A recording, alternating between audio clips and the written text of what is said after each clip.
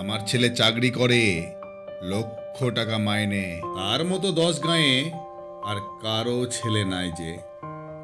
খানাইয়ের ছেলে মাধ্যমিক পাস, চালায় এখন গাড়ি। রহিমের ছেলে খেতে কাজ করে, সন্ধ্যায় ফেরে বাড়ি। আমার ছেলে ভালো নম্বরে করেছে ডিগ্রি পাস। গাঁয়ের ওই মতিনের ছেলে কাটে গরুর ঘাস। সবাইকে বলি, শোনো শোনো, আমার ছেলে আসবে যখন বাড়ি, তোমরা সবাই দেখতে এসো, মিষ্টি খাওয়াবো ভোরে হাঁড়ি।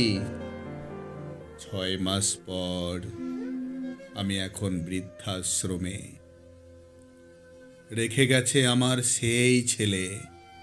আমি নাকি বোঝা হয়েছি বয়স বেড়েছে বলে। তার স্ত্রী সন্তান সব হয়েছে, হয়েছে দামি গাড়ি। সব কিছুরই ঠাঁই হয়েছে, শুধু আমাকে রাখেনি বাড়ি। ওই যে কানাই, রহিম, মতিনের ছেলে, তাদের মাকে রেখেছে ঘরে। চাকরি আর লক্ষ টাকায় আমায় রেখেছে দূরে। ছেলের শিক্ষা আর লক্ষ টাকায় করো না কেউ গর্ব। সৃষ্টিকর্তা বেজার হলে হারাবে সকল স্বর্গ।